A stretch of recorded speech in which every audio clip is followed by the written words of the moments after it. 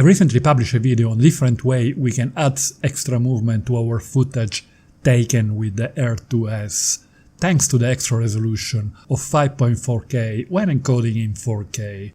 But these moves can also be accomplished with any other Mavic drone, as long as we are encoding in 1080p.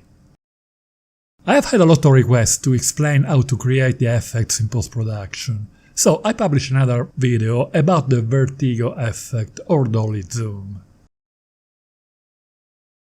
The one move that most of you ask for is the zoom and rotate, also known as the corkscrew, seen in many Hollywood movies.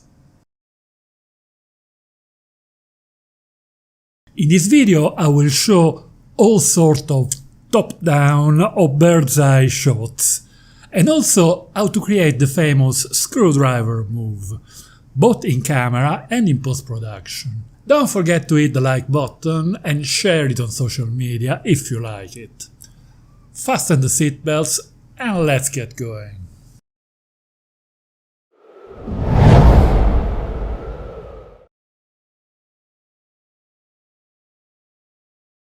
Top-down or bird's-eye shots have always been amongst my favorite cinematic moves.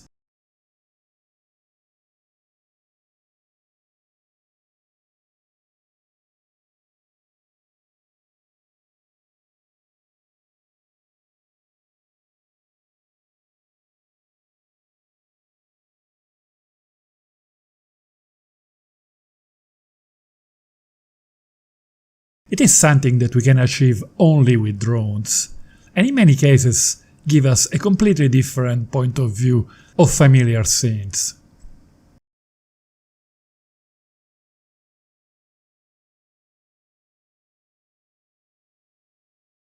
As an example here, a vineyard looks to me like a cashmere blanket.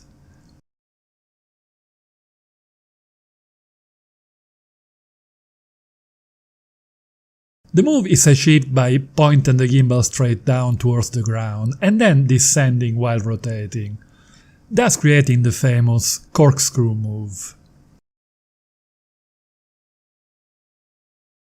As you can see, it is possible to achieve this move in camera by moving very gently the left stick of the controller diagonally. But it is not easy to get the perfectly constant motion needed. Also, on many occasions when shooting we don't have the time to perform all the possible interesting moves around the scene.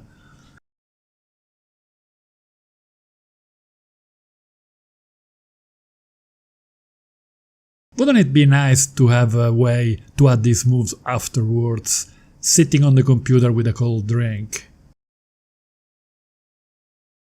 Maybe weeks later, while revisiting old footage, we can decide to add some extra effects.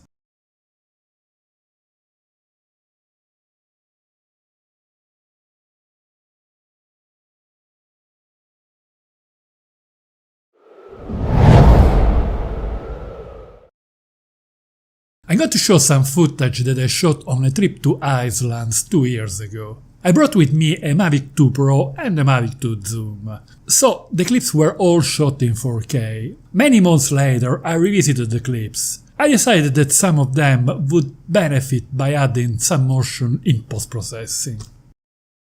The first one is a static clip of a waterfall. Very rarely do I shoot footage without any drone movement, but in this case there is plenty of motion in the flowing water, and with a still point of view we can better appreciate the flow.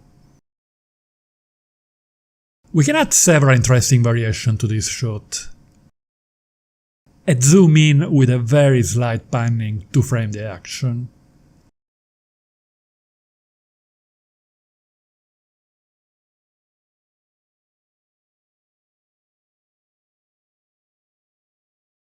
A zoom out with rotation.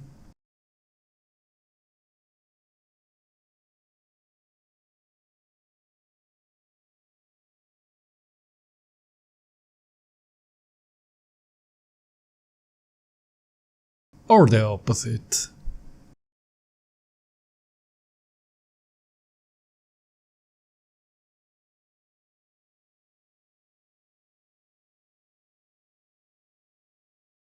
This top-down view of fumaroles near the geothermal plant always looks a bit surreal to me, a bit like a Klimt painting.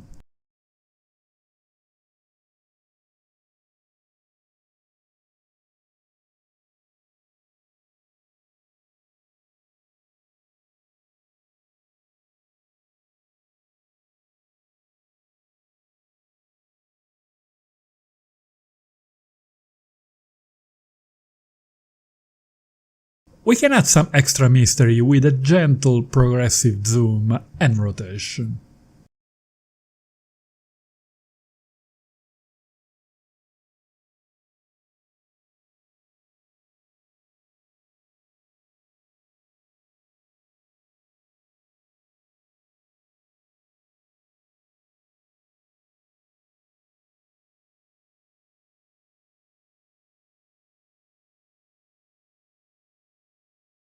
Here is a slow bird's eye pan over some volcanic basalt rock with ocean waves.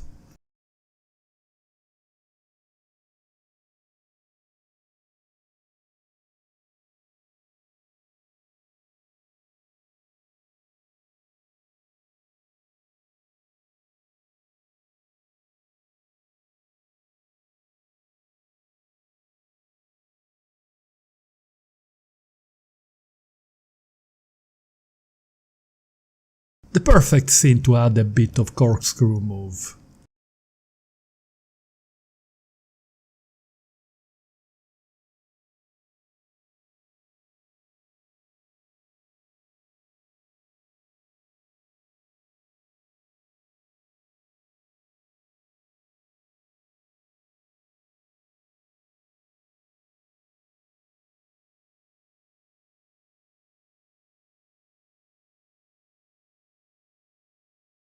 In this scene of a small creek falling into the ocean, I had already applied some zoom and rotation on camera.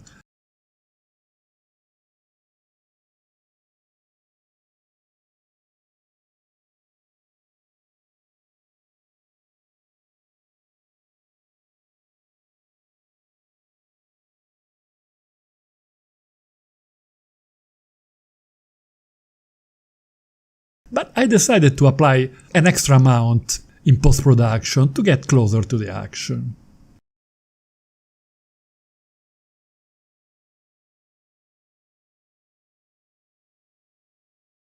All the footage shown in this chapter was shot in 4K, so the extra movement added in post works well when encoding at 1080p, maybe to post it on social media.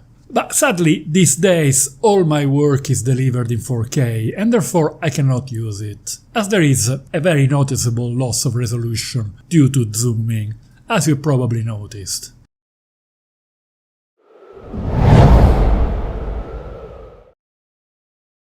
But luckily, the Air 2S has the ability to shoot footage at a resolution of 5.4K. The main benefit of the high resolution is the ability to perform in post-production the moves that I've been showing you so far without any loss of resolution, even when encoding in 4K. The first image is this top-down panning view of a monastery. Let's say that we want to add an alternative close-up clip, starting with a detail of the roof and progressively revealing the whole building.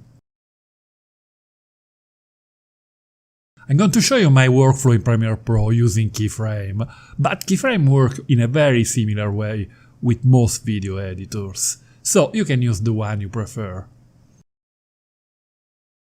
The clip and the panning movement are very long, so let's trim it and keep only the central part, where the monastery is around the middle of the screen. Something like this. We want to start with a close-up view on the middle of the roof, and then zoom out to reveal the whole building. So we start by going to the last frame and set keyframes for zoom, position and rotation, so that the setting at the end of the clip will be stored in memory. We then move to the first frame, set the zoom value at about 180%, set a rotation value of 20 degrees, and recenter the image in the frame. Notice that as we modify these values, keyframes are automatically added in the first frame.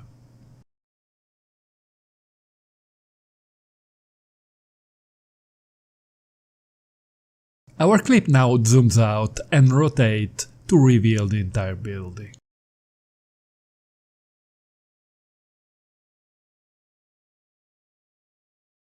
Let's now have a look at the clip we saw at the beginning. In this case, we want to start with the full image and then progressively zoom in and rotate.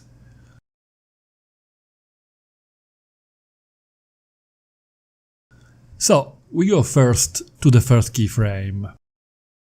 The image is actually bigger than what we see on screen, as it was taken in 5.4K and my timeline is in 4K. Therefore, I can set the zoom to 70% to show the entire image. We set keyframes for zoom, position and rotation. Now let's move to the last frame, and we set the zoom to 200%, the rotation to 60 degrees, and if needed we adjust the position to center the frame. If we don't modify the position, we have to add the keyframe for position by clicking on this icon to the right of the keyframe. This is the result.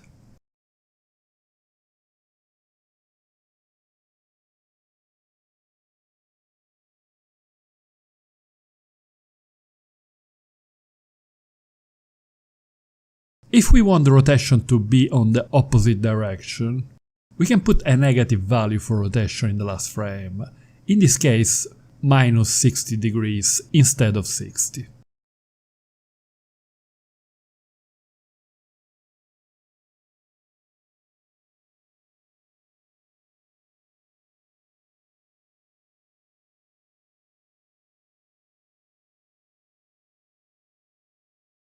Click on these links to watch other videos about other special effects added to video in post-production.